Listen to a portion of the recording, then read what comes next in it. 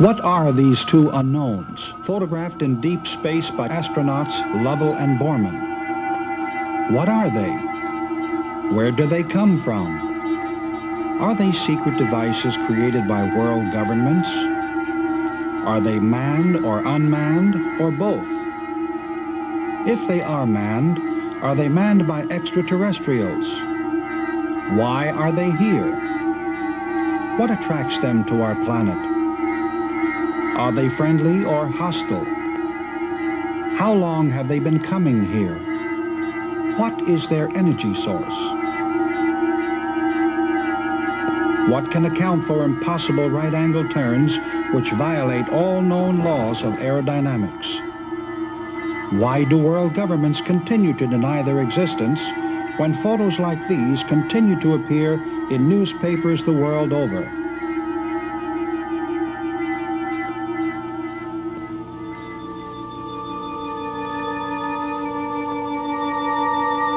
I've had 315 transmissions, none of them personal.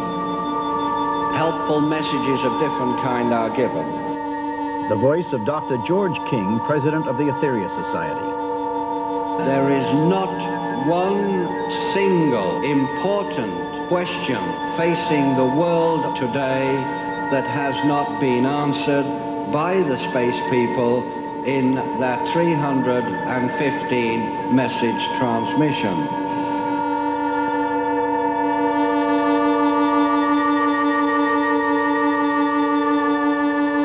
They have not condemned man, but they have made various suggestions how man can help himself to stop wars, to cure all disease, to cure all famine on earth. We've even had intimations on how desert regions could be cultivated, etc., etc., etc.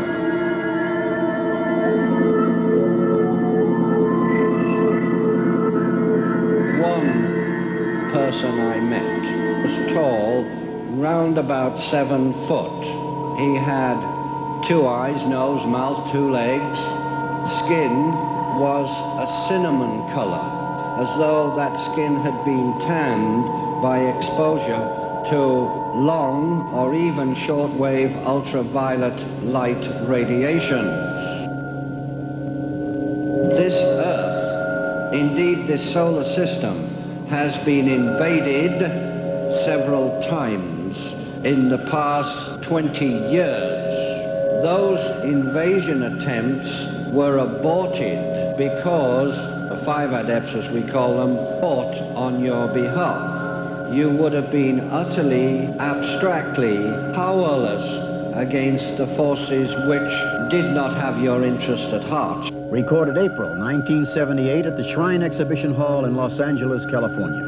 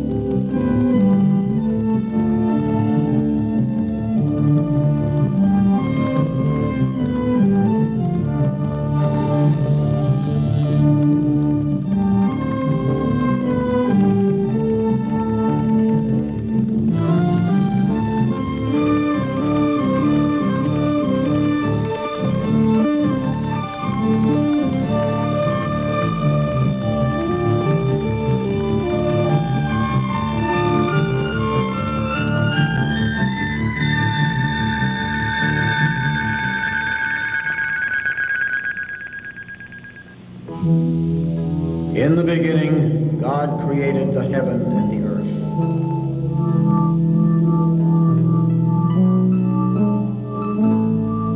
And the earth was without form and void, and darkness was upon the face of the deep. And the Spirit of God moved upon the face of the waters.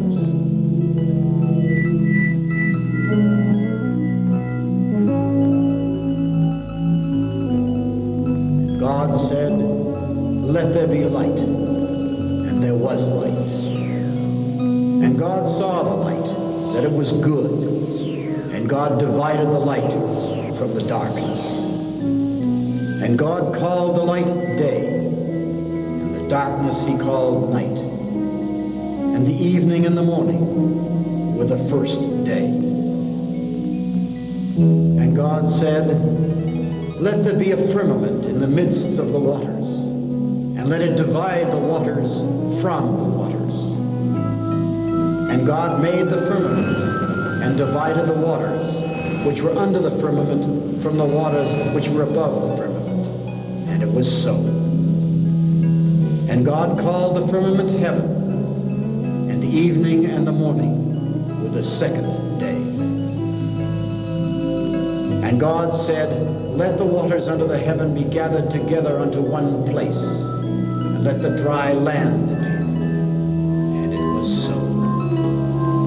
And God called the dry land earth, and the gathering together of the waters called he seas. And God saw that it was good.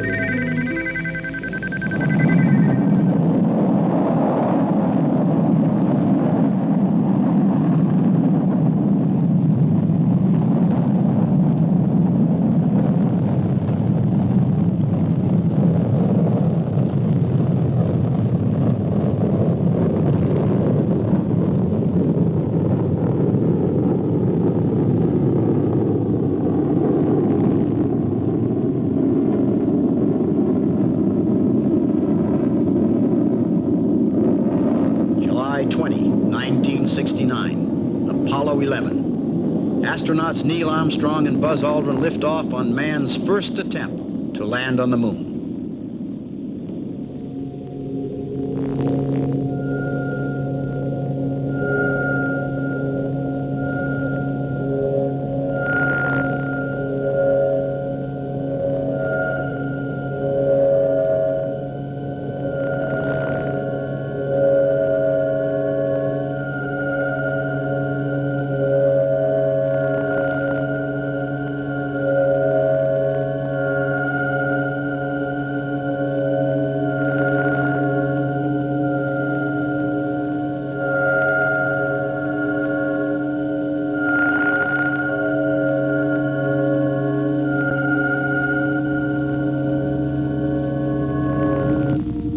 One small step for man, one giant leap for mankind.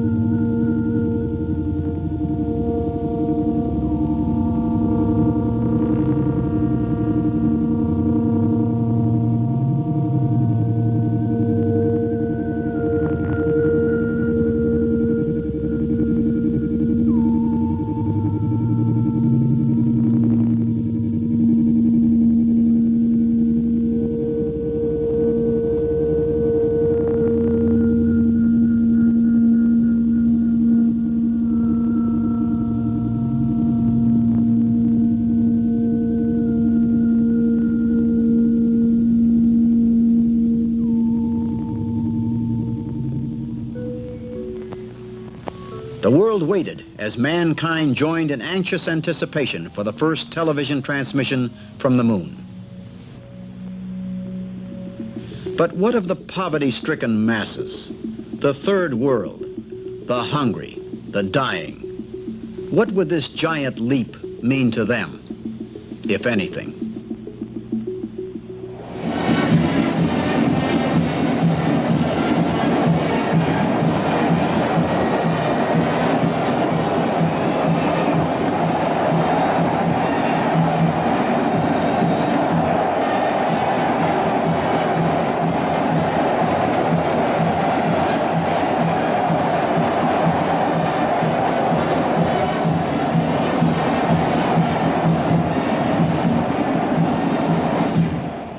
Dr. Frank Stranges, director for 14 years of the National Investigations Committee on UFOs. New sciences and industries appear as man probes further and further.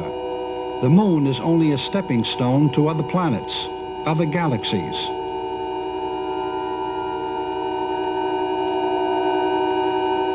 The government is pushing to gather UFO data, confirms Apollo astronaut Edgar Mitchell, who landed on the moon in 1971.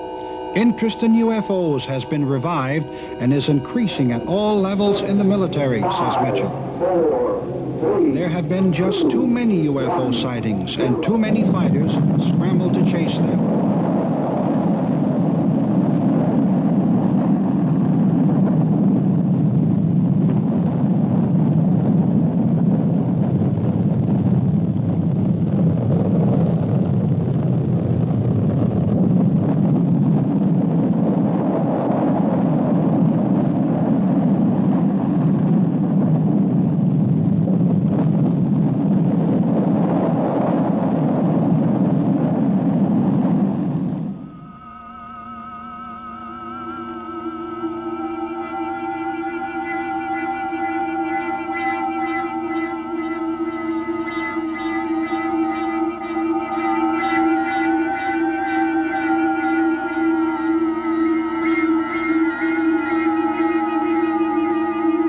Drawing boards are jammed with renderings of spacecraft with new energy sources, from atomic power to solar propulsion, designed to travel in space for years.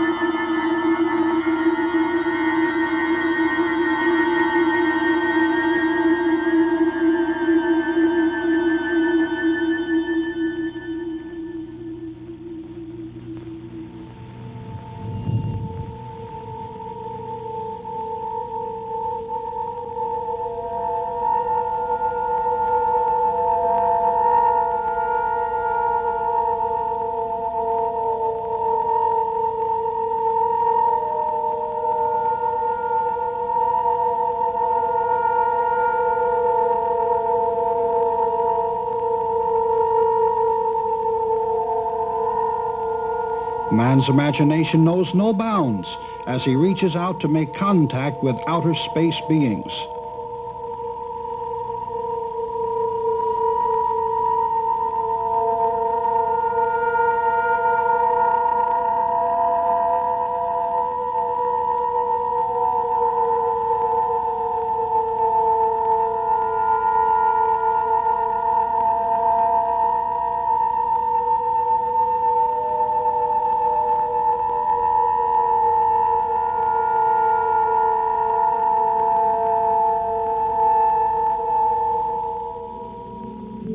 But man must also prepare himself physically and mentally.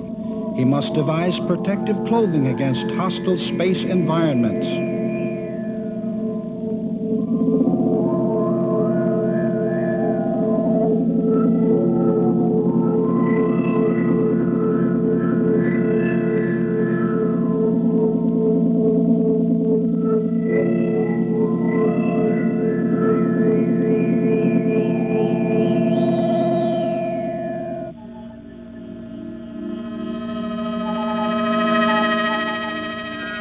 Are there beings in outer space, extraterrestrials? Do they communicate from planet to planet, from spacecraft to spacecraft?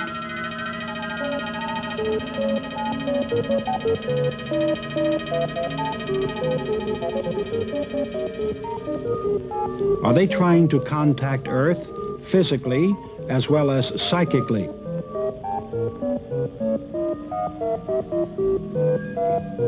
Man listens, scanning the depths of space in search of decipherable sounds which he can in turn translate into meaningful messages.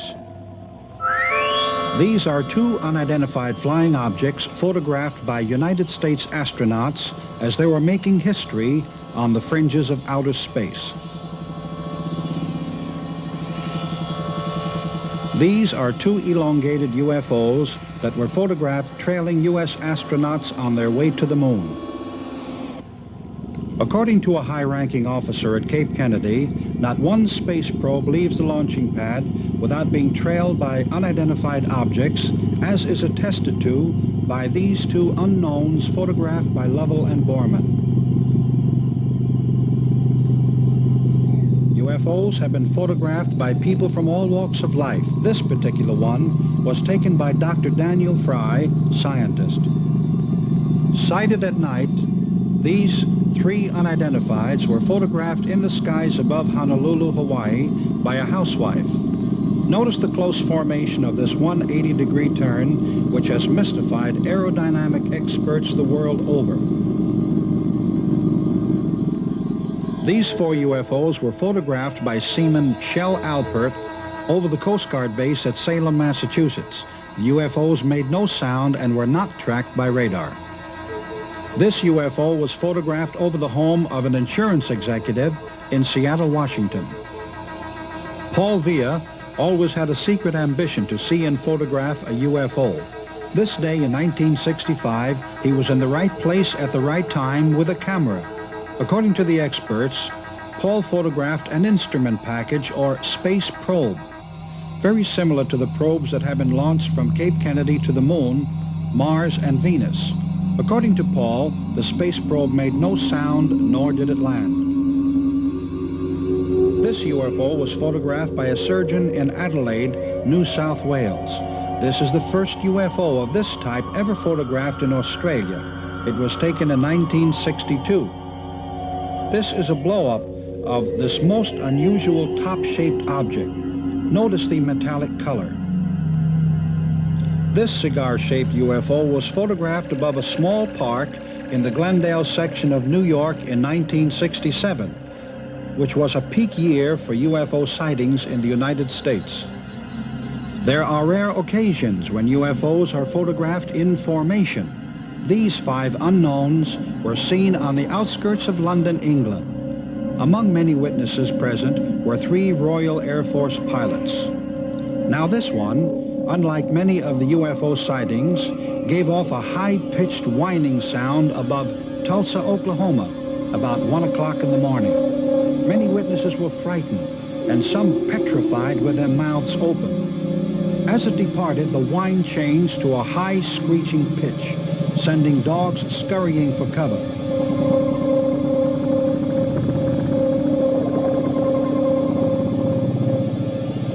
The more it increased in velocity, the wider it became.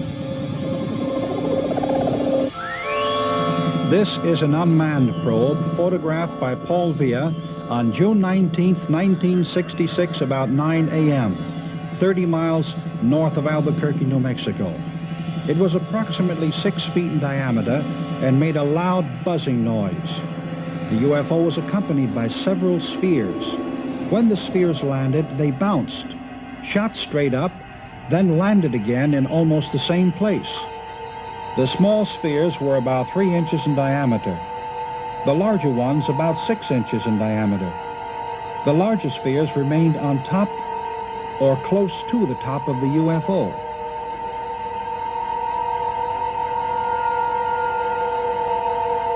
The rod on top of the dome is an optical device incorporating a combination of prisms and lenses. The three legs telescoped open as the craft approached the ground.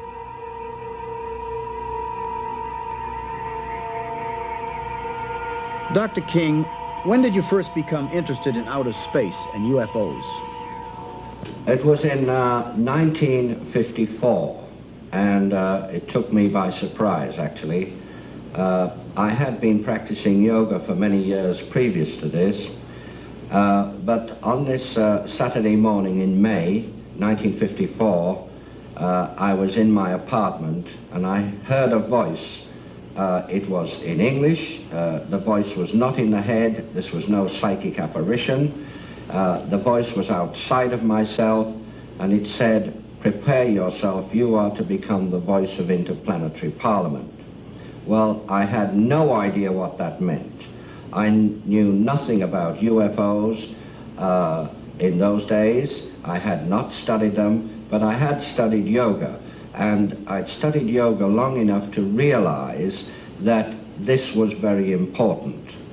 And it was 8 days after this first event that I decided that the only way that I could solve this mystery, because nobody else could help me, and I tried many people, was to go into meditation myself. So I locked myself in the room, fully determined to stay there until I got some answer. Well, I didn't have to stay very long, because a man, physical, who I did recognize, he was alive in India at the time, a well-known yogi master. He walked into the room without me having to open the door, by the way. He walked across the floor and sat down in the chair, which creaked under his weight, and he told me about the previous contact I'd had, voice contact, and he gave me certain instructions.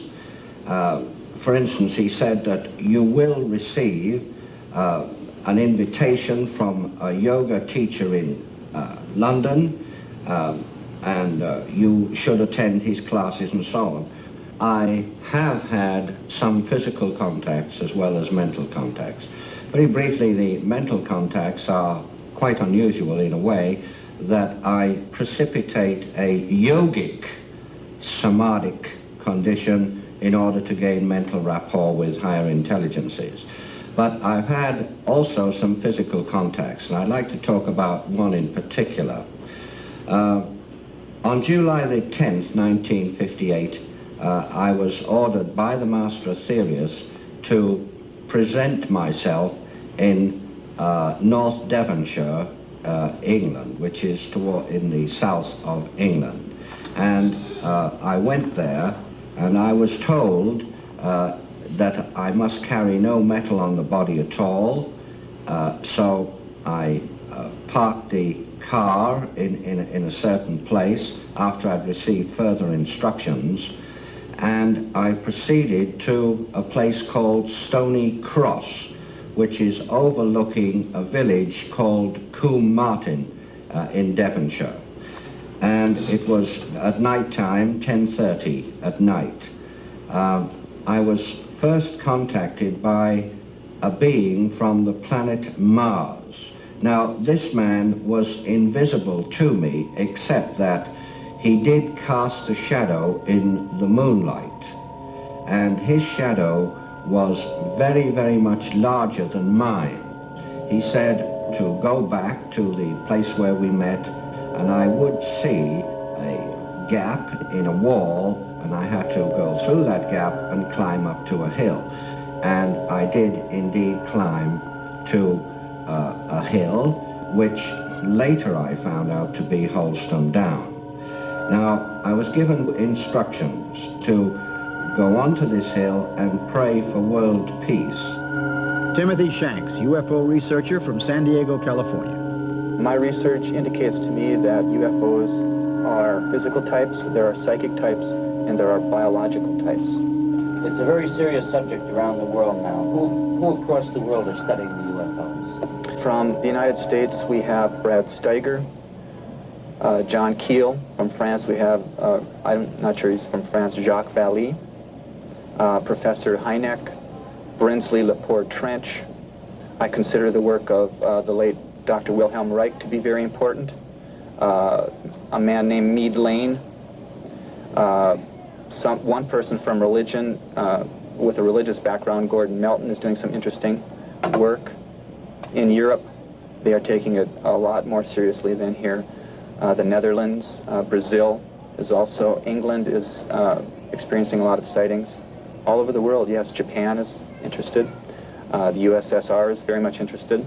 Venezuela, Argentina, Mexico, Brazil, Norway, Sweden, the Philippines, Chile, France, and Grenada. All of these people do officially state that flying saucers do exist, and some of them go even further and say they believe that they come from other worlds. A country that does not believe in the existence of UFOs is a country of deep sleepers. For instance, America, Russia, and England have studied UFOs for a number of years, and I think they have amassed sufficient information to know of their existence. But you see, they will not officially admit that they know of the existence of unidentified flying objects. But how long have these UFOs been coming to Earth, and why to certain places? What have Palenque, Tiahuanaca, and Stonehenge to do with these sightings? Stonehenge has been attributed to the Druids by some historians. But is this fact? How were these huge monoliths erected? Can we attribute places like these to extraterrestrials? As you check back into history, you have to remember that references to objects in the sky were not referred to as UFOs. They were described as whatever the person was viewing, whether it was a cloud or a flying boat, as North American Indians would describe some of these things, or a luminescent pearl. So you have to study the language and study the account itself. But all world cultures refer to various unusual objects in the sky throughout the course of recorded history. The modern era began in 1947 with the Air Force beginning its study and a tremendous number of UFO reports. Early reports of objects came in 1896, 1909 from different parts of the world. Many people believe in UFOs and that extraterrestrials are coming to Earth. Some are convinced that they are now living among us. The whole town of Kerman, California, conspired to keep the May 13, 1978 occurrence a secret to preserve their privacy. However, word leaked out and made headlines.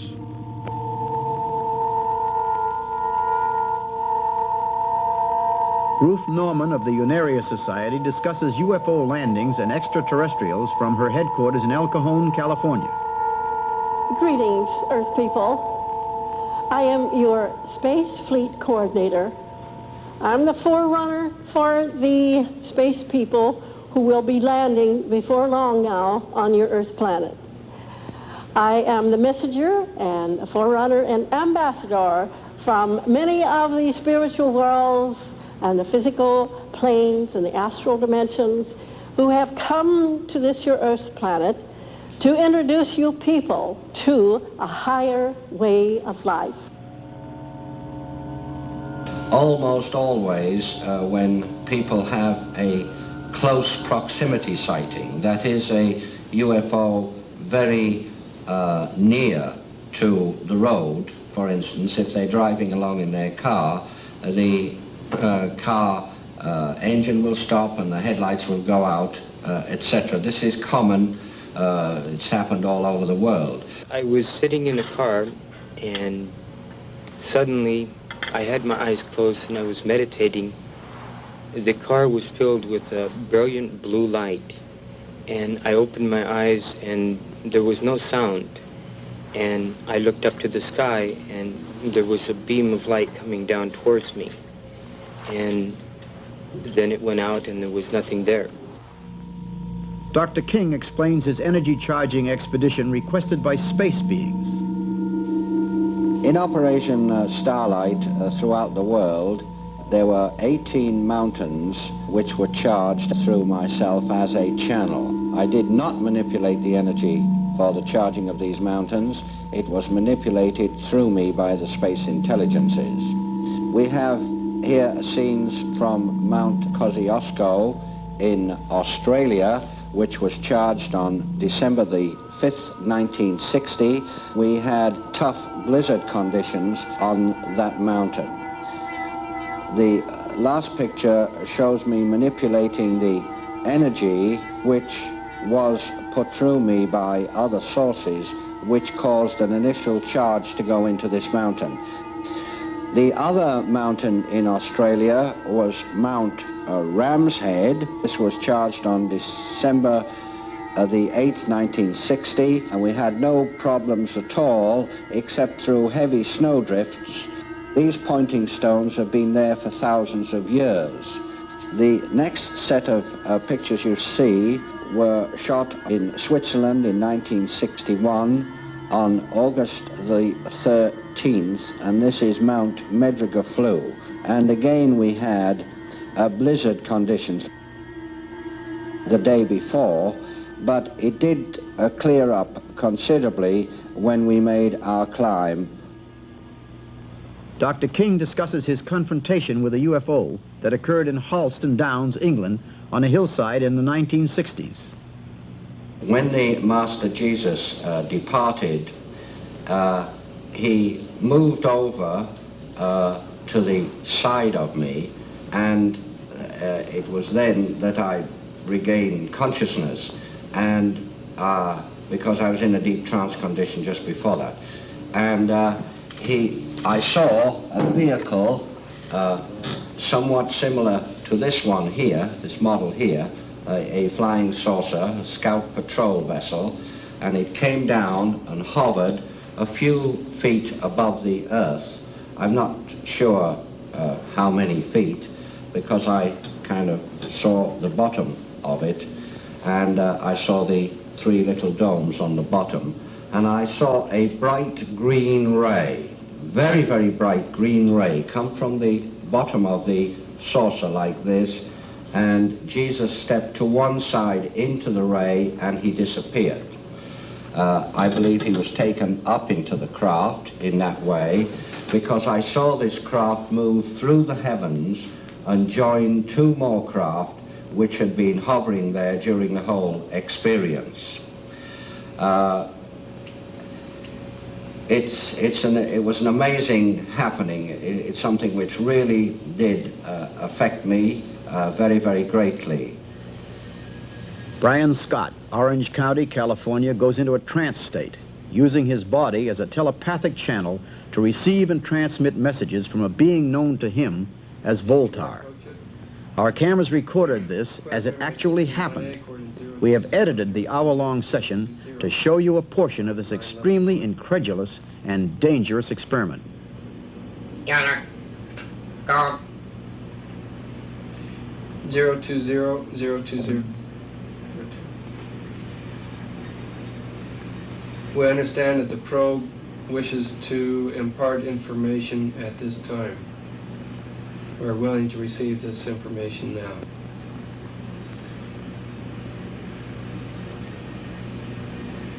Acknowledge.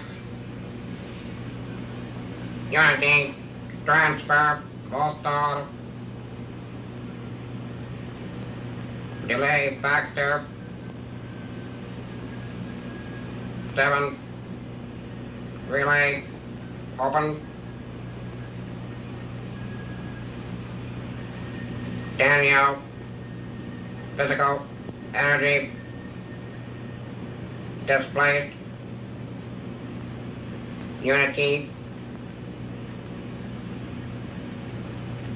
of the council.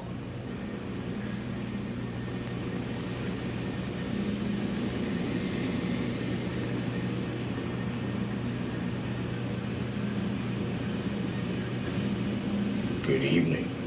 Good evening, Voltar. And that of the light.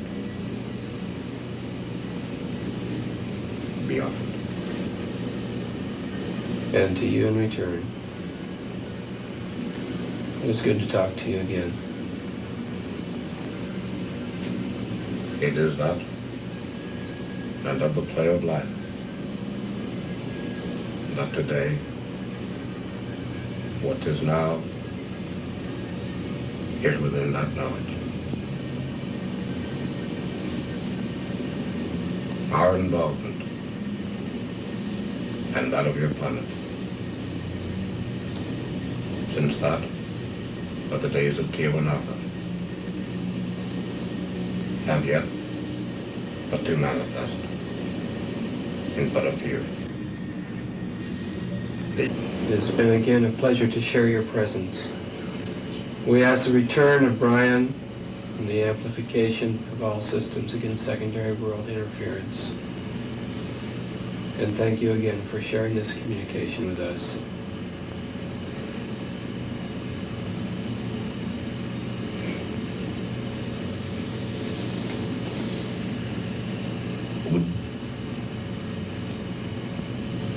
execute, logic, input, full stop, return, stop, open, lock.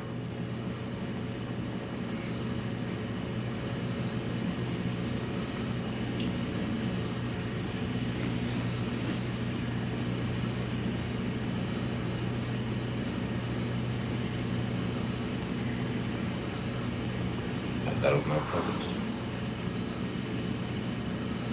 upon that of the world yet to be, is now. Jim?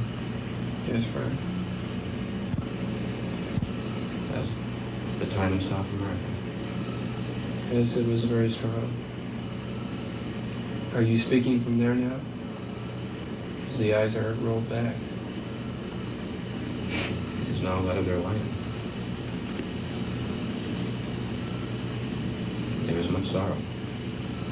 Danielle's decision has upset many people.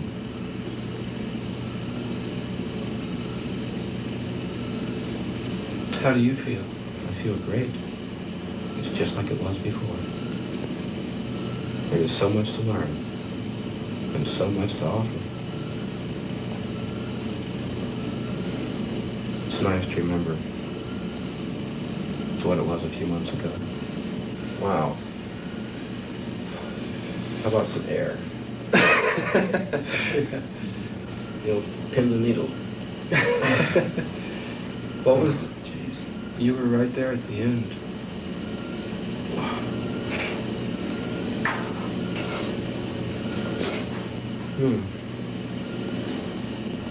No, different. Was that the part of you that's on their world, or was that, what was that? Just like it was after the transformation. Yeah. Same idea.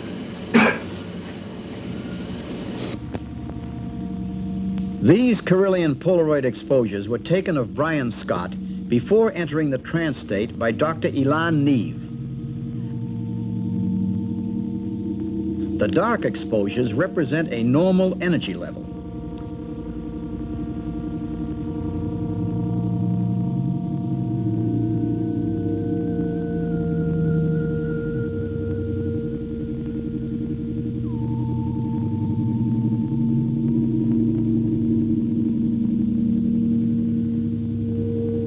The light-colored photos that were taken while Brian was in trance are considered rare and unexplainable. Brian Scott remembers vividly a frightening contact with the space beings. When I was 16 years old, I experienced a phenomenon known as a ball of light that appeared behind my house. My dog basically gave the thing away by barking so loud that he was waking up half the neighborhood. Investigating what the dog was barking about, I had found this object hovering in the sky about 6 to 8 feet above my head. The ball of light appeared to be orange-red in color and only lasted for about 10 seconds and suddenly shot up into the air. From this experience, at that time, I didn't make too much of it. My most important intent was to get the dog to be quiet so my parents would not be aroused at 2 a.m. returning from a 16-year-old birthday party for myself. Very shortly after that evening, I woke up again, but this time I woke up at the kitchen table. And when I had woke up, I found myself with a big mess all over my arm. And apparently somewhere during that sleep period, I had managed to jab and tattoo this object into my right forearm, which appears to be a spider. From that time, we moved up to 1971, where I had an actually physical contact with aliens in the Arizona desert. It was their request at that time that I would journey to the Nazca Plains and that I would find from that the information basically to be able to bring back some of the cultural studies that were going on around the Incas and so forth and the pre-Incas. Nothing about the spider when I was 16 made very much sense. In 71 it didn't make much sense either. But in 75, when we really got into all this and started taking some of the journeys they requested me to do, we did find that some of the stuff they were talking about was being the tie-in. And apparently it became something that I myself had eventually asked, why me? Why did they particularly get into this thing with me? And I found out that it wasn't just a me situation. Apparently, to begin with, I was in the wrong place at the right time, or totally the wrong place at the wrong time. But it was based on my decision to take the next step if the information they were giving me was going to be valid at all. And once we began to research and actually dig into it, myself and a few associates, different various investigators and such from leading UFO organizations, we found out that the relationship between the spider on my right forearm and the Nazca flames were identical. And this particular symbol ties into a technology and energy system that is used for them to be able to travel, apparently, interstellarly between planets and stars. So what it came out to be in the very end was that the information that they were giving me was basically valid. And what they were telling me, I had some belief in what they were saying. It was from that point that I decided that if the information they could bring forth to me or through me and other people who have had an experience like this could be put together in some nutshell where we might be able to offer the information to the general public in a way where it would actually prove the phenomena as being either real or unreal, we might be able to get a handle on this UFO thing, the unknown. The unknown. The Incas, the Mayas, the Toltecs, all ancient civilizations, gone from the earth. Why? What sort of unexplainable energy forces seem to be concentrated at Nazca, Tiwanaku, Palenque, Uxmal, Tikal, Chichen Itza? Brian Scott went in and out of the trance state every few seconds while he walked these plains. Why? Are these centers of past civilizations linked to forces from outer space? Facts suggest they are. Mr. Schofler explains the results of his encounter. A day after the encounter itself, I found that I began feeling pressure within my head, and I started seeing figures dashing out of the corner of my eye, just glimpses. And then I began to find that I could concentrate, and I began to see flashing colored lights. Later I found that I could actually see the forms, and they are what people refer to as spirits. I found also that my eyes began to change, and that even in looking in the mirror, I found that they began to take on a more hypnotic type of stare. And others related this experience to me, that they had noted these changes. Dr. King discusses the origin of mankind. The planet we are now living on was populated by a very advanced culture called Adamic man. Hence the Adam and Eve part of the Bible. The people who came to this planet came from a planet called Maldek that used to orbit between Jupiter and Mars, and there was an atomic explosion on Maldek which blew the planet to pieces. Now, they had to be reborn somewhere, reincarnation being a fact, not a theory. And also, there's no such thing as death per se. There's only death of the physical structure, but the thought and the soul and spirit do not die. So they had to have a life experience. So they were reborn gradually throughout the hundreds of centuries onto this planet Earth. Now, all that's left of Maldek is the asteroid belt. And it's a very interesting thing to note that just lately scientists have discovered pieces of meteors which they know come from the asteroid belt, and some of these meteors contain elements, minerals in the exact amount as found in the human body. And these minerals are petrified into the rock pieces, which prove that ancient man, before he came to this planet, had a similar physical structure to what he has today.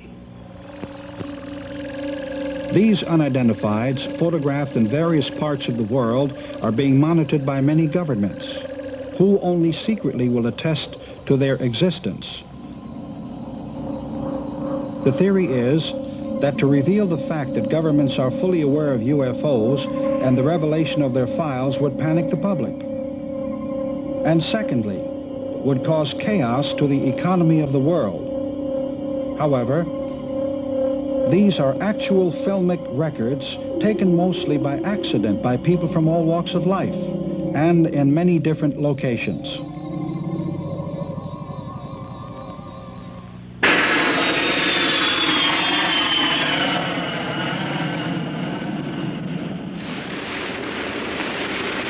The date, Tuesday, June the 24th, 1947.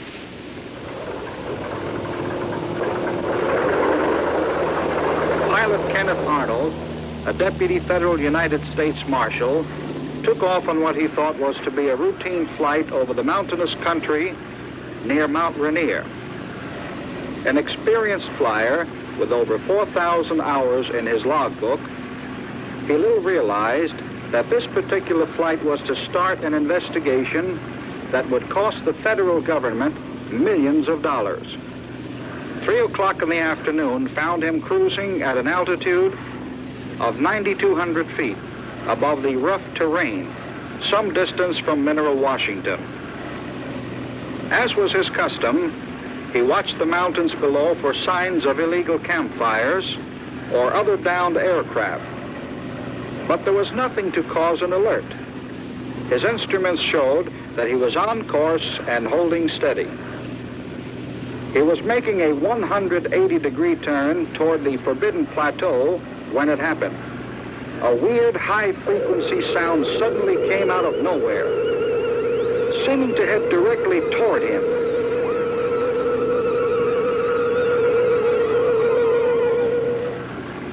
Arnold banked his plane sharply, thinking he was buzzed by some new type of jet fighter. Leveling off, he tried to sight the offending jet and perhaps get a number or description to report the incident. A mid-air collision over these rugged mountains meant little chance of survival. He checked his instruments again, and to make sure that he had not drifted into another flight lane, a lane used by experimental aircraft. He was still on course. Then, without warning, it happened again. Arnold pulled up sharply as the weird sound engulfed him. Only this time he saw what had buzzed him. Far to the left and toward the north, a formation of very bright objects moved through the sky in the vicinity of Mount Baker. They were flying at a fantastic speed, their silvery outlines clearly visible against the dark mountains. The strange, saucer-shaped objects flew in an echelon formation, and then, gaining altitude, shot off into the blue and vanished.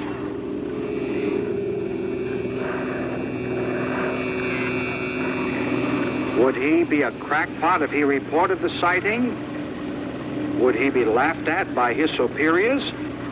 But what he saw was real.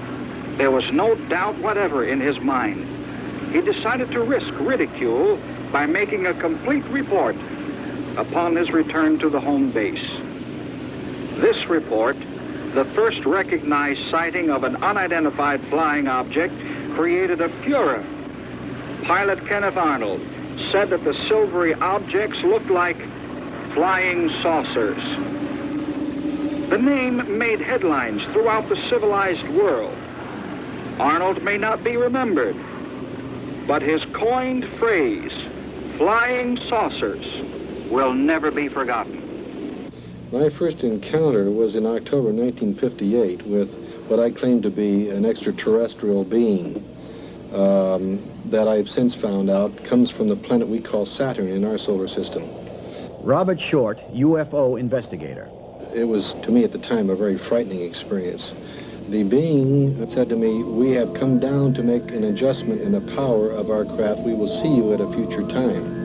And I thought, what criteria do I have to understand it? And it wasn't until several years later, in fact, after another individual had another experience with the same individual, that I began to understand that my work as of from that time would be through the auspices of the solar government on Saturn in this system. And all message work that I do or channeling that I do would be through their auspices, through the subspace radio network in this system. Ruth Norman tells of Earth landings from various planets. There will be many planets, 32 different planets in number. They are all physical planets, some within the solar system and some outside. 32 in number. And they will all land simultaneously on the Earth world. About 3.5 years ago, I was inspired, prompted by my space brothers to purchase some property about 40 miles north of San Diego. It's near Yamul. It's 67 acres for the spacecraft landing. Now, just one craft will land there, and we will have the other 32 craft to land at various points on the globe. Mr. Arman recounts his first experience with UFOs. I was in Los Padres National Forest on the wilderness area, and we were hunting Russian boar. And I thought I seen a Bigfoot, and I instantly thought $1 million, shoot it and make $1 million. And I drew on it, and I couldn't pull the trigger of my pistol. And I tried for 5 minutes. While it watched me, I put the pistol back in my pocket and took off running. I was scared to death. And I went back to my friend. I told him about it, and he said, well, you must have been hallucinating. I said, okay, I was. And that night we were in the tent playing cards, and we just finished a hand, and he was looking out the tent, and he says, he turns to me, he says, Norman, look at the funny lights up on the mountain. The mountain's about 3/4 of a mile away. 3 of them, they got larger and larger, and then I jumped up and stood in front of the tent door, and a blue one flashed across the side of the mountain. Another one came over the top and lit up about 3 acres. And I turned to him, I says, Joe, did you see that? And he had his head covered up. And I went to shake him. And he says, I'm asleep, leave me alone, leave me alone. And just then our campsite lit up as bright as day, and we blanked out. Thomas Miller on UFO propulsion systems. They do fly interstellarly. However, they do not fly in the same manner that the rocket ships fly or blast off from Earth as we know it.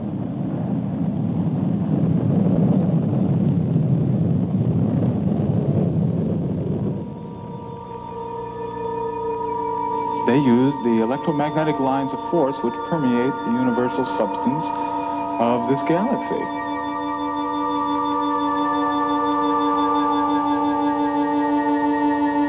The brothers on the other planets have evolved much more rapidly than the people on the Earth, and the ones that we have contacted have transmitted their messages to Earth, and they have given us pertinent information of instrumentations which they will help us build and construct when they do make physical contact, such as an energy device which will use the natural oscillation of atom structures themselves. We will be taught how to arrange the vibrancy of the atoms to extract natural energy emanations from the very atom substances and siphon them off into power stations. And it will be a free type of energy. Mr. Schaffler reveals more about his encounters and how it affected his mind. Well, I found that I not only could see spirits, but I began to see buildings where I knew there were no buildings. I could see grids in the sky, just patterns of energy. I saw auras off of chairs, off of houses, off of literally everything I saw at nighttime, just before sleep or while I was in a sound sleep, that I would be woken up and I could hear as someone was talking to me, as clear as if you were talking to me now, telling me that I should go to these different places for different experiences. They will be landing very soon as the Earthman himself steps up his consciousness and receives the Space Brothers in an open, receptive way where they would lay down their weaponry, where they would lay down their hatreds. Because the Space Brothers bring a whole new science of life, a whole new way of life, which will change and restructure society as a whole. And we will start to tear down the various prejudices which we have had, not only among ourselves, but against life on other planets, life on other worlds.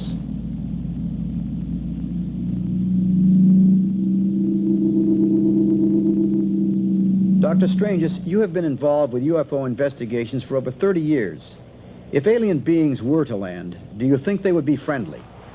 That's a good question. UFOs have had this Earth under surveillance for many thousands of years, and if they were going to attack or cause the human race any problems, they would have done so a long time ago. But there have been a few cases where some cattle and some people have even suffered because of so-called negative saucers.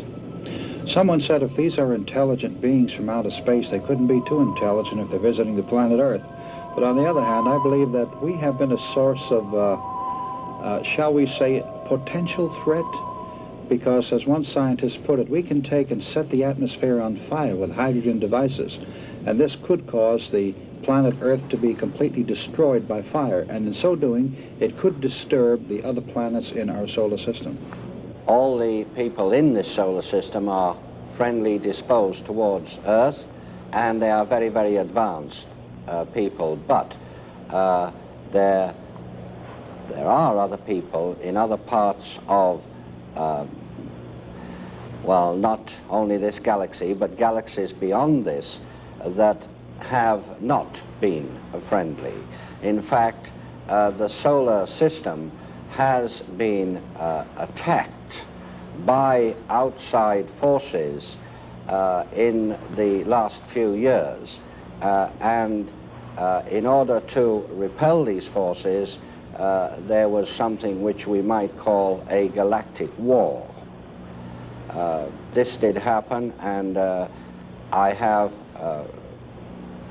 very detailed reports in the Aetherius Society Library, which we maintain is the largest in the world of its kind, actually describing some of the action which took place during this galactic war. Dr. George King in Los Angeles, 1978. There are at least 3 people from another planet living on Earth today.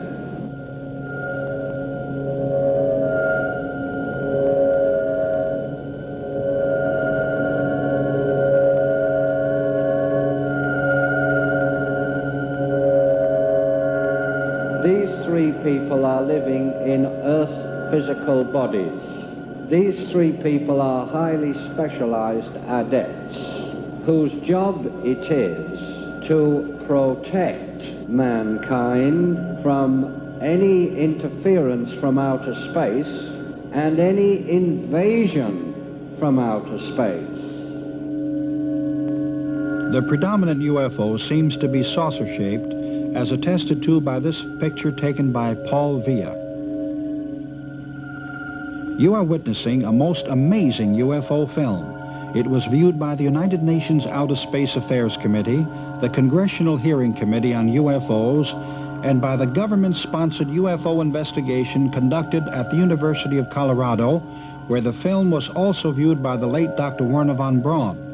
This 16-millimeter film was shot by Dr. Daniel Fry, a fully qualified scientist, and has been judged as a most valuable contribution to UFO authenticity. Experts have concluded that UFOs may have different planetary origins. If space beings exist, and they do travel in these space vehicles, there is nothing to prevent them from inhabiting various areas on this planet. Our egos would have to be enormous to think that we are the only intelligent beings in the universe. This picture was taken in France in 1967. It remained motionless for 4 minutes. These 2 UFOs were photographed over Taormina, Sicily. They remained silent and changed position 4 times before vanishing. This photograph was taken during the International Geophysical Year by an officer in the Brazilian Navy. These objects were seen coming out of a cigar-shaped vehicle in Morristown, New Jersey. Early one Saturday morning, Mr. George Stock was aroused by his sons shouting, "There's a flying saucer above our house." This was in New Jersey. Some UFOs are motionless while others revolve. Dr. King, have any creditable writings been done on extraterrestrials and flying saucers? Yes, indeed. There certainly is. It's called the Holy Bible. It's one of the best flying saucer books ever written, as a matter of fact, although it wasn't written for that purpose. It's filled with accounts of extraterrestrial visitors and vimanas and lights in the sky and flames in the sky. And we are informed by the cosmic masters that the Star of Bethlehem was indeed a flying saucer. It could not have been a star, because if any star had moved through the heavens and suddenly stopped in the position that the Star of Bethlehem did stop, this would have upset the gravitational field of the whole solar system.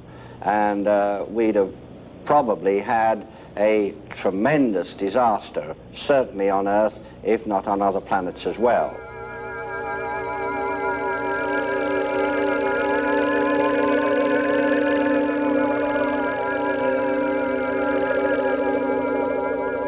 The biggest change was that this compelling drive within to travel and go to these different places.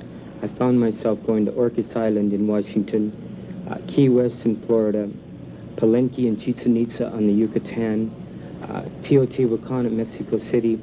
And each of these places I met beings, and I say beings because they would come up to me and know who I was, not by name, but why I was there, and they had similar purposes. And we could relate, and it was as though we were contacting and joining forces and relating to each other our own experiences, and each of us had a different piece of the puzzle.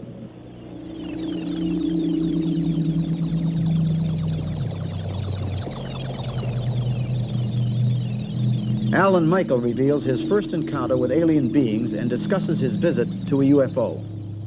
The first one, I was enveloped in a shaft of light. And as I went up this shaft of light, I just looked back, saw my body, and went right up out of it, right up the shaft of light into a mothership in outer space.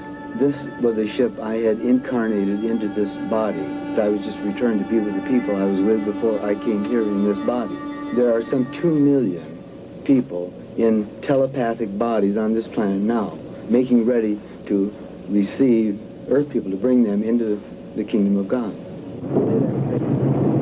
We interviewed Carl Anderson at the Long Beach Naval Base in California. He has been a government employee for over 20 years. He presented one of the most unusual UFO encounters on record. Space people describe how the ship was propelled. Yes, they told me all about the propulsion of the ship. In fact, they told me that the interplanetary spacecraft are what we've come to call flying saucers, and they told me that the craft was essentially a flying electrical motor. The field coil turning in one direction, the rotor or the armature going in the opposite direction, propelled by a power in the center, such as a battery, of a type which we're not familiar with. They told me that when these two counter-rotating sources revolve to a speed relative to the Earth as it turns in its axis, in relation to its mass, that it becomes weightless due to the fact that the electromagnetic lines of force thrown off by the craft repel the magnetic lines of force that the Earth creates, and thus propel it away from the Earth's surface. Now, by reverse polarity, this can be made to attract and thus pull back toward the planet again. By neutralizing this effect between the attraction and the repelling force, this is how they are known to hover in one spot. Do you have any physical evidence of your space contact? Yes, a crystal stone was presented to me as a keepsake or a memento, and I have had this little stone to Germany with me in 1960 when I went over there after this contact. It has been analyzed by spectrographic analysis, and the experts from Heidelberg University claim that there are properties to be found in this stone that are not to be found on this earth.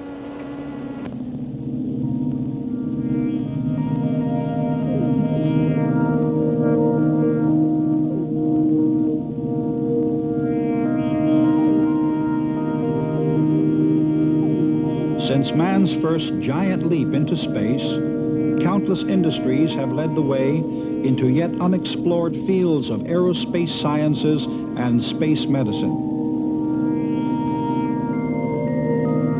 New techniques have kept pace with inventions as man seeks methods to develop machines capable of carrying humans into the far reaches of space.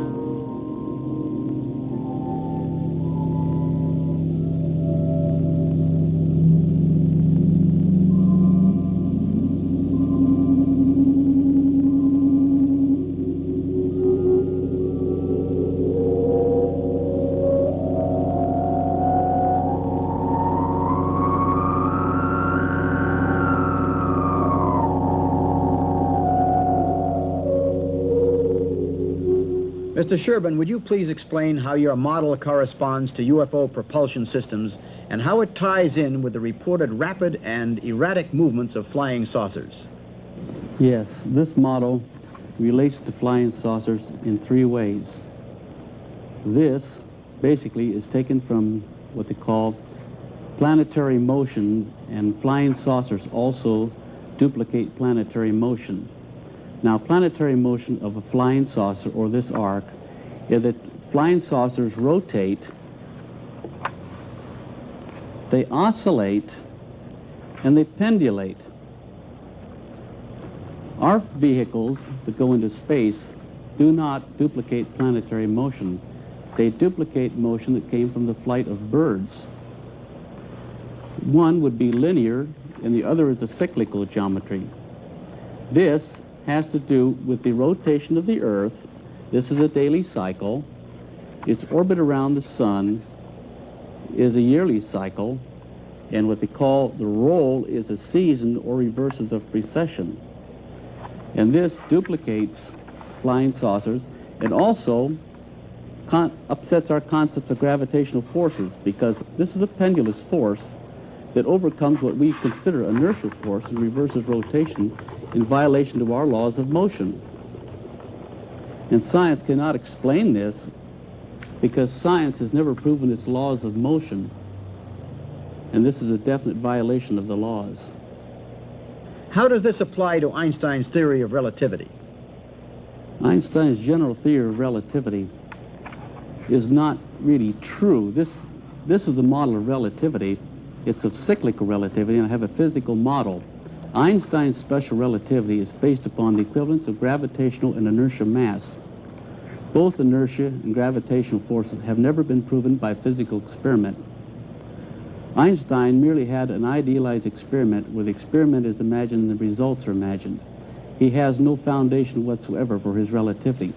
This does have a foundation for relativity in that you have the rotation of the Earth, you have the pitching, which is its orbit around the sun, and precession, which is our reference in the galactical system.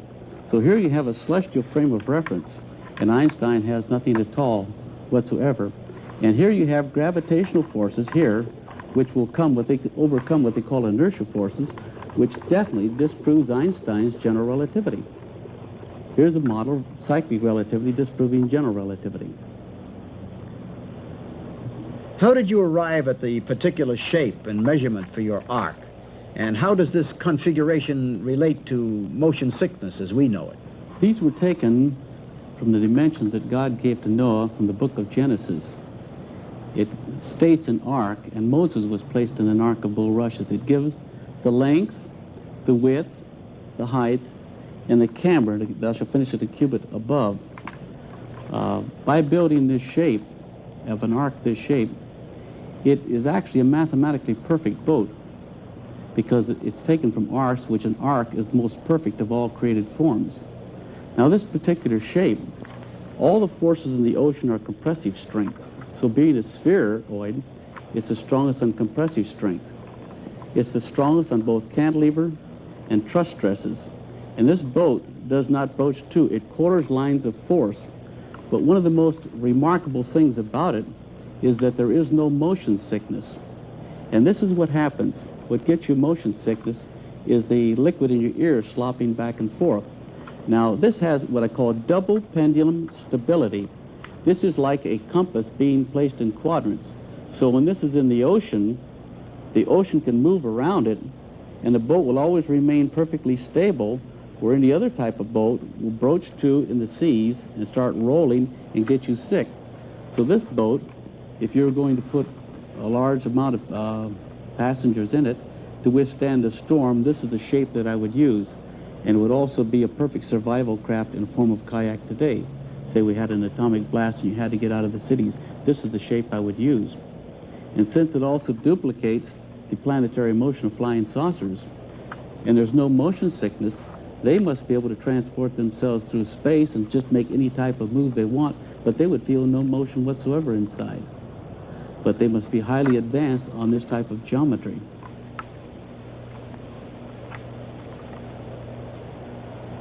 Dr. Ilan Neve explains the method of photographing energy from objects and the human body through Carillion photography. Carillion photography, or the way I prefer to call it aura photography, basically registers on film the energy emanation from an object, and very often the way it is used, the energy emanation from the human body, most often from the fingers, because this is one of the easiest things to shoot. May I ask exactly how you interpret the colors that you get from these fantastic photographs you take? This is a typical question from a Western mind. Exactly. I am afraid I couldn't give you an exact answer because this is still not an exact science, although some scientists attempt to make it an exact science. Colors can be interpreted in different ways depending on the person, depending on the interpreter, and depending on the intensity and the quality of the color. So there is no scientific chart by which everybody can go and say, well, that means that you are sick, that means that you are angry, that means that you are well. But there are some standards, some guidelines. For example, certain type of reds may indicate anger. Certain type of red may, and pink even, may indicate a problem. Blue and white usually manifest calmness. The problem with questions that require exactness is that this type of things are not always exact and they are not scientific, although some Carillion photographers try to make it scientific, because colors can be interpreted in different ways. There are different methods of interpreting them, and in the final analysis it depends on the quality of that particular color and on the interpretation and on the subject. For example, red can be interpreted sometimes as anger, as release of some negative qualities, even as disease. But some type of red, under certain circumstances, may indicate sexual arousement and possibly a positive flow of energy and vitality. As a rule, however, colors such as blue and white are considered very positive. They are spiritual colors, they're colors of healing, they're colors of enlightenment. Dr. Neve, in these colors and everything, does this explain some sort of radiation or force that could be connected with UFOs in any way? Yes. Those people who work with Carillion photography, quote-unquote scientifically, usually would use slides, and the slides would focus mainly on the corona, the emanation from the fingers, and I don't think they would dare making any connections. However, for that reason, I, being a parapsychologist and a metaphysician, I use Polaroid pictures because they are rather sensitive and you can photograph more than one finger at the same time. And the background that appears on those photographs seems to give me as much and more information than the mere emanation of energy, like halo-like or rings of energy that come out typically from fingers on period photography. So I would say yes, metaphysically speaking. We have some very interesting, some people call it weird experiences, where we actually get faces on film while all you exposed were fingers. And in fact, we had cases where students focused on trying to bring to them a guide. And as you know, a guide can be a spiritual guide. It can be actually a being from a different planet that is guiding, overshadowing this earth. And actually faces, recognizable faces, would appear. Sometimes we had even more strange experience where faces that were similar to the person of photograph appeared, which may establish some kinship. In other words, I believe that there are two basic types of aliens, of people from another place on this earth. Some of them are people or rather beings that know, they had the experience, the knowledge, the memory of coming in, let's say, with a spaceship and landing on Earth. But more often, these are people who were born, like you and me, from a father and mother, human father and mother, and their being alien manifests in terms of an energy inside a human body. All right, that's all. Now pull your hand out now and close it so light doesn't come in. And here's your picture. It is developing right now. Okay, it's going to get darker and darker. And while it is getting darker, I would like you to think about that question, about that problem that you had while I was shooting it. Because even now, you are affecting the changes, because this is sensitive.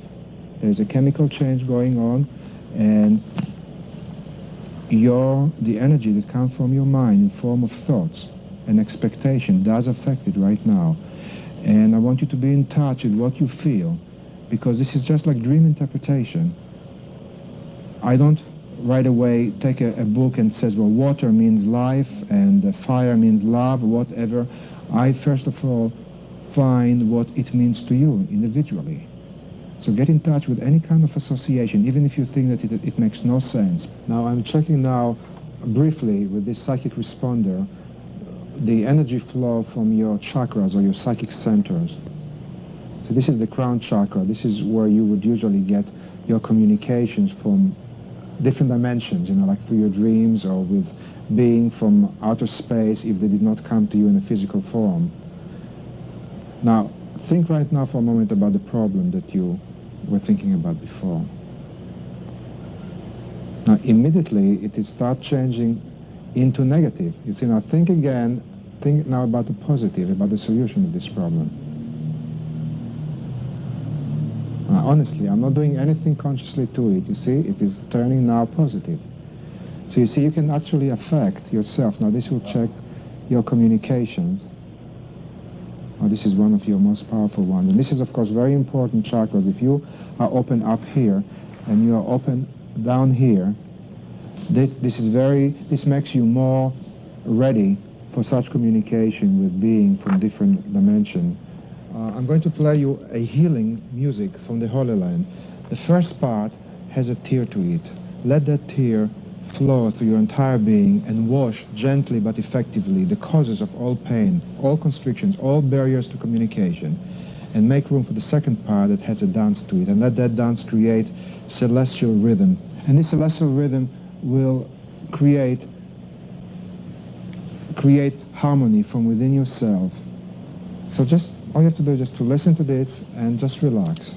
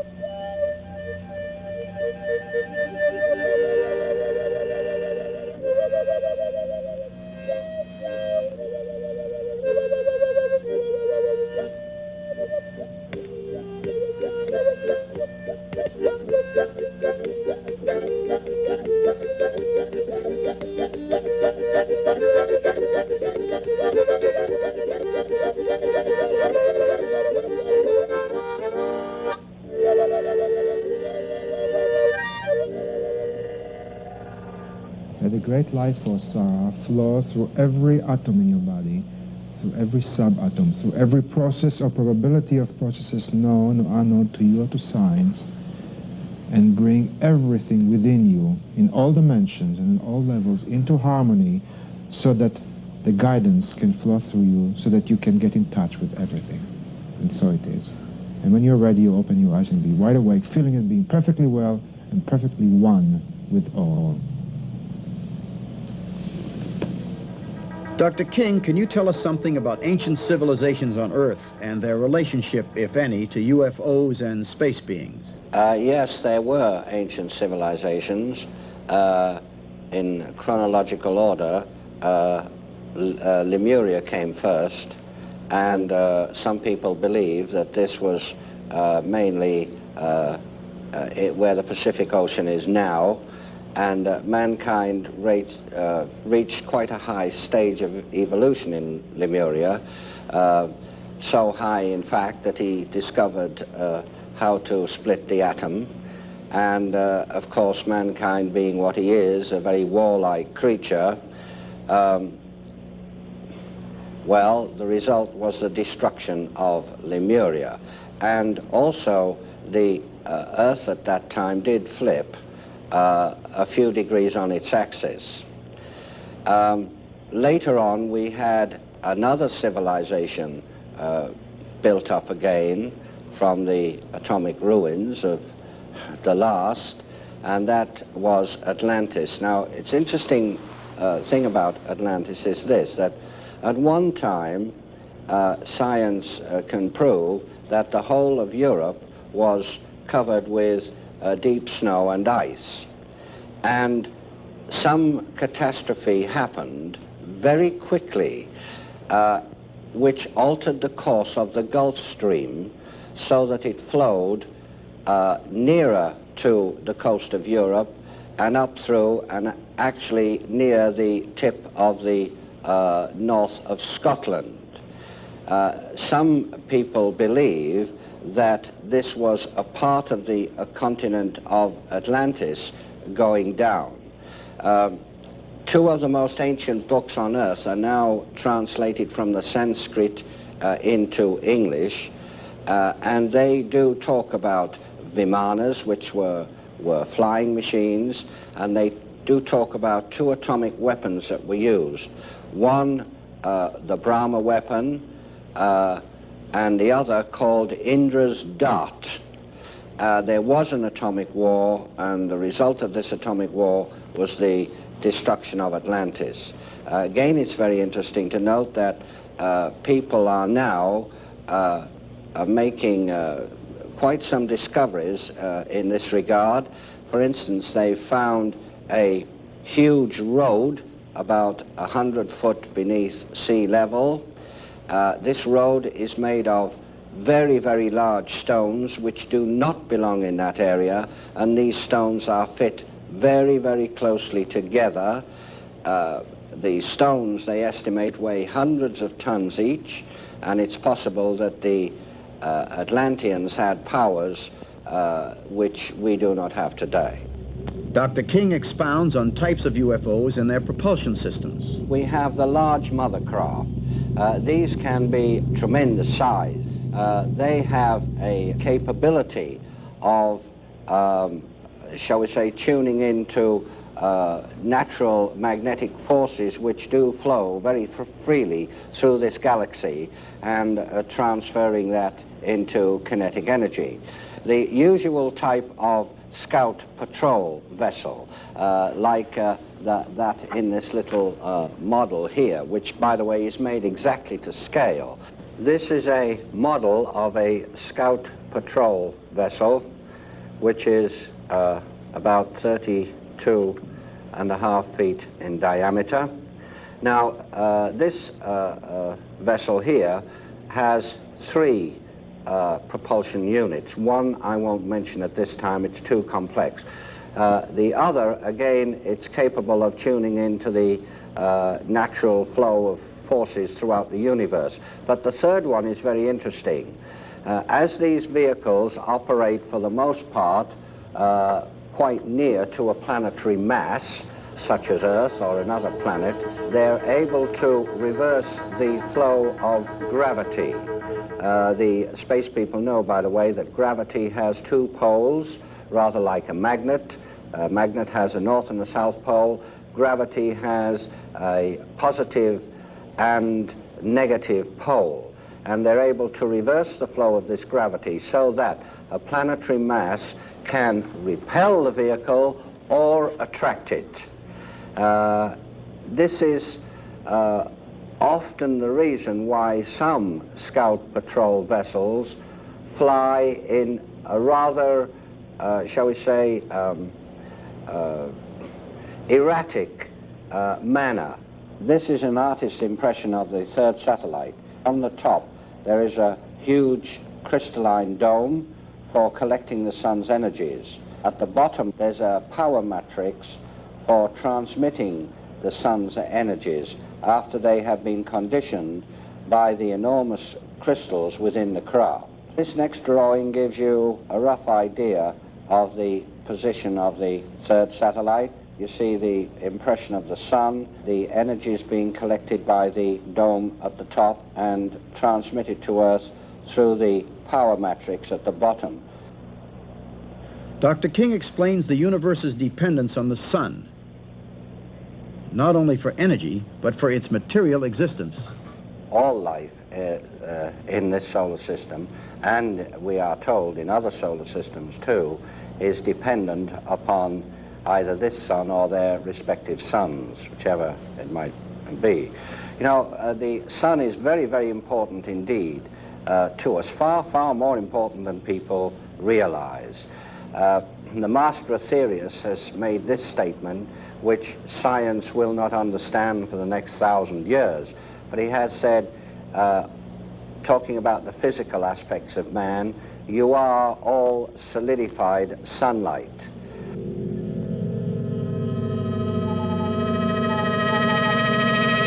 UFOs have been sighted over every nation in the world, reports Dr. Frank Stranges. The National Investigations Committee is a group of individuals throughout the world that's solely dedicated to scientific research, evaluation, and investigation of UFOs, and it's also open to the public.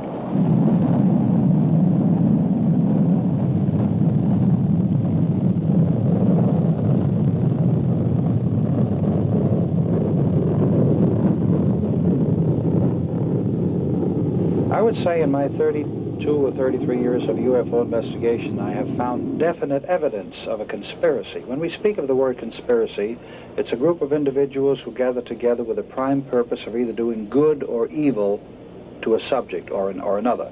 As far as UFO conspiracy is concerned, yes, there are forces at work to squelch all valid UFO material. The United Nations has gone on record as saying that they would favor open hearings, open investigation, but the first nation to object was the United States, and this is rather comical. However, the United States Air Force still contends that UFOs do not pose any threat against the security of the United States, nor does it represent any more advanced technology other than we can meet.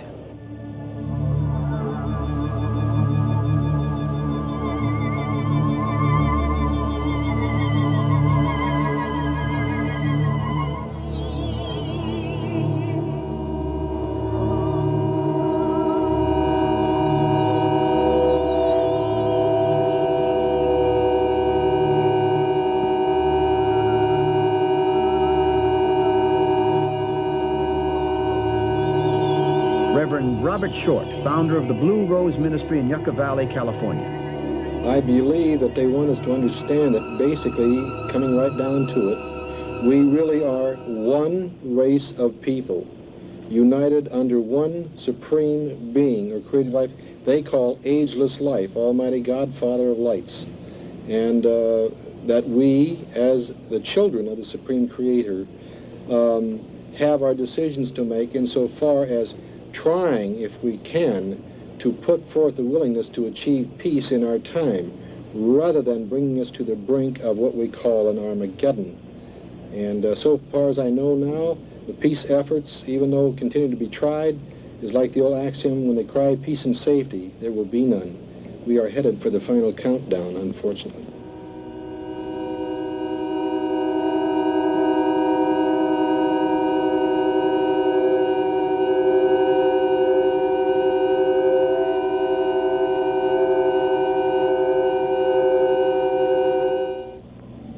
The producers wish to acknowledge with profound thanks the cooperation of the following people, without whose help this film could not have been made. Jim Frazier, Dr. George King, Dr. Frank E. Stranges, Ruth Norman, Reverend Robert Short, Dr. Elon Neve, Brian Scott, Gabriel Green, Dan Fry, Thomas Miller, Mr. Schaufler, Mr. Armin, Alan Michael, Carl Anderson, Timothy Shanks, Charles Sherburne, Sarah Nickerson, William Young, and Steve Shutak.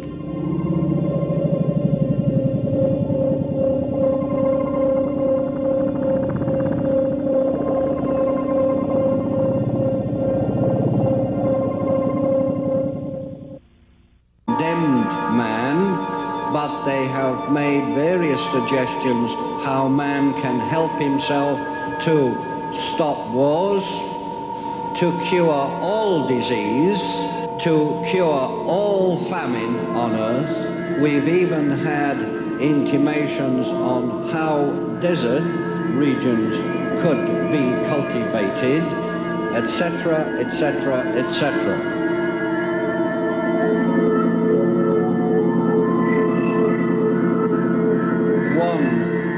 Person I met was tall, round about 7 foot. He had 2 eyes, nose, mouth, 2 legs. Skin was a cinnamon color, as though that skin had been tanned by exposure to long or even shortwave ultraviolet light radiation. This Earth, indeed this solar system, has been invaded several times in the past 20 years. Those invasion attempts were aborted because the 5 adepts, as we call them, fought on your behalf. You would have been utterly, abstractly powerless against the forces which did not have your interest at heart. Recorded April 1978 at the Shrine Exhibition Hall in Los Angeles, California.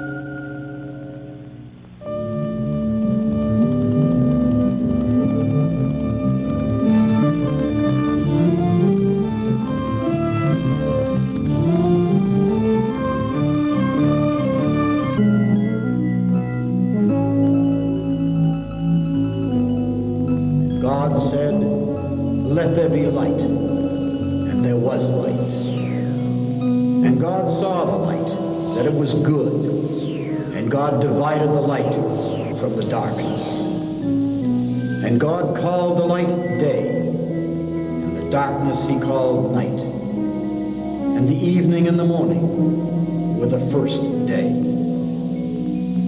And God said, "Let there be a firmament in the midst of the waters, and let it divide the waters from the waters." And God made the firmament and divided the waters which were under the firmament from the waters which were above the firmament. And it was so. And God called the firmament heaven, and the evening and the morning were the second day. And God said, "Let the waters under the heaven be gathered together unto one place, and let the dry land be." And it was so. And God called the dry land earth, and the gathering together of the waters called he seas. And God saw that it was good.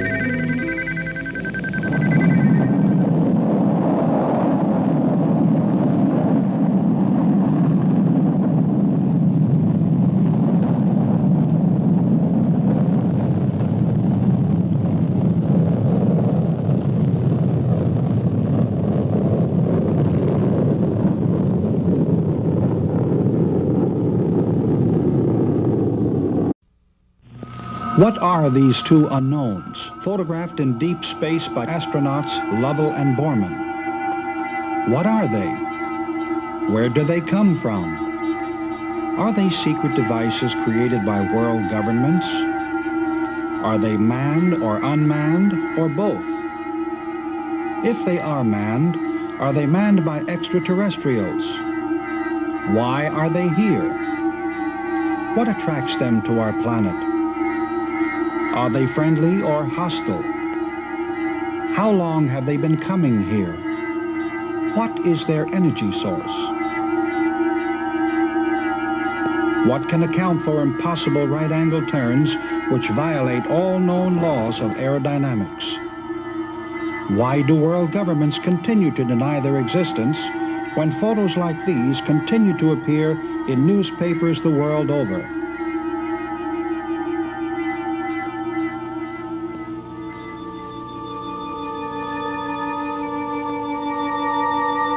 I've had 315 transmissions, none of them personal.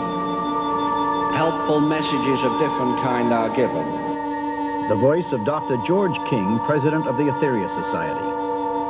There is not one single important question facing the world today that has not been answered by the space people in that 315 message transmission.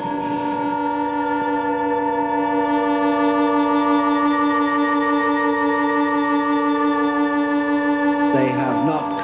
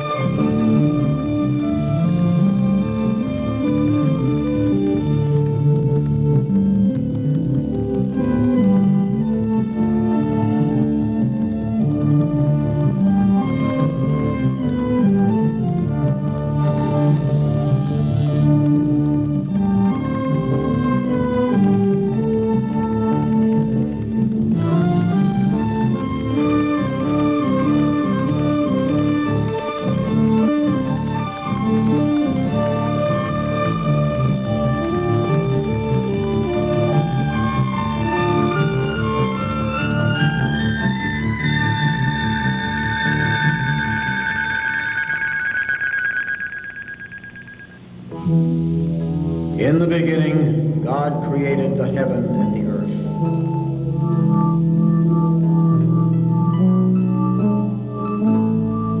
And the earth was without form and void, and darkness was upon the face of the deep. And the Spirit of God moved upon the face of the waters.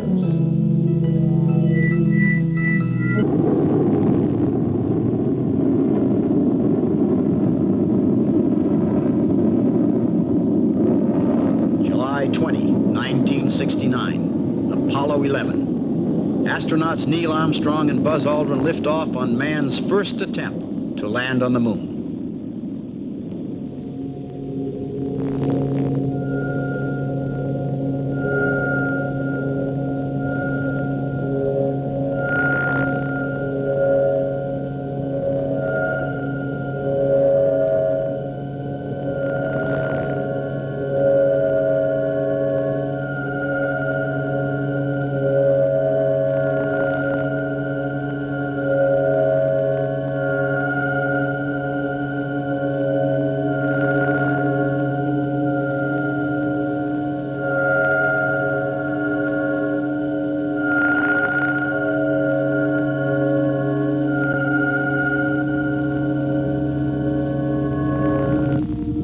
One small step for man, one giant leap for mankind.